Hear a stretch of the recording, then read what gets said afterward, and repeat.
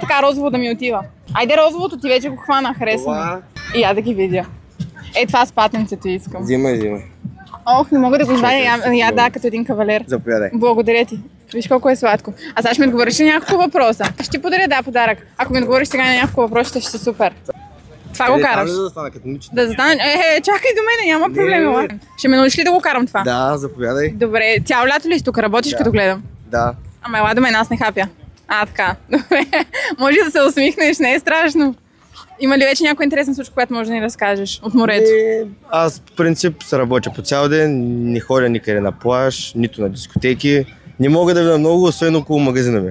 Работно момче, това реклама ли? Имаш ли си приятелка? Имам си, да, разбира се. А значи не е реклама. Правили ли сте секс на плажа това лято? Не, аз не съм ходил, аз съм ходил само 2 пъти на плажа сега.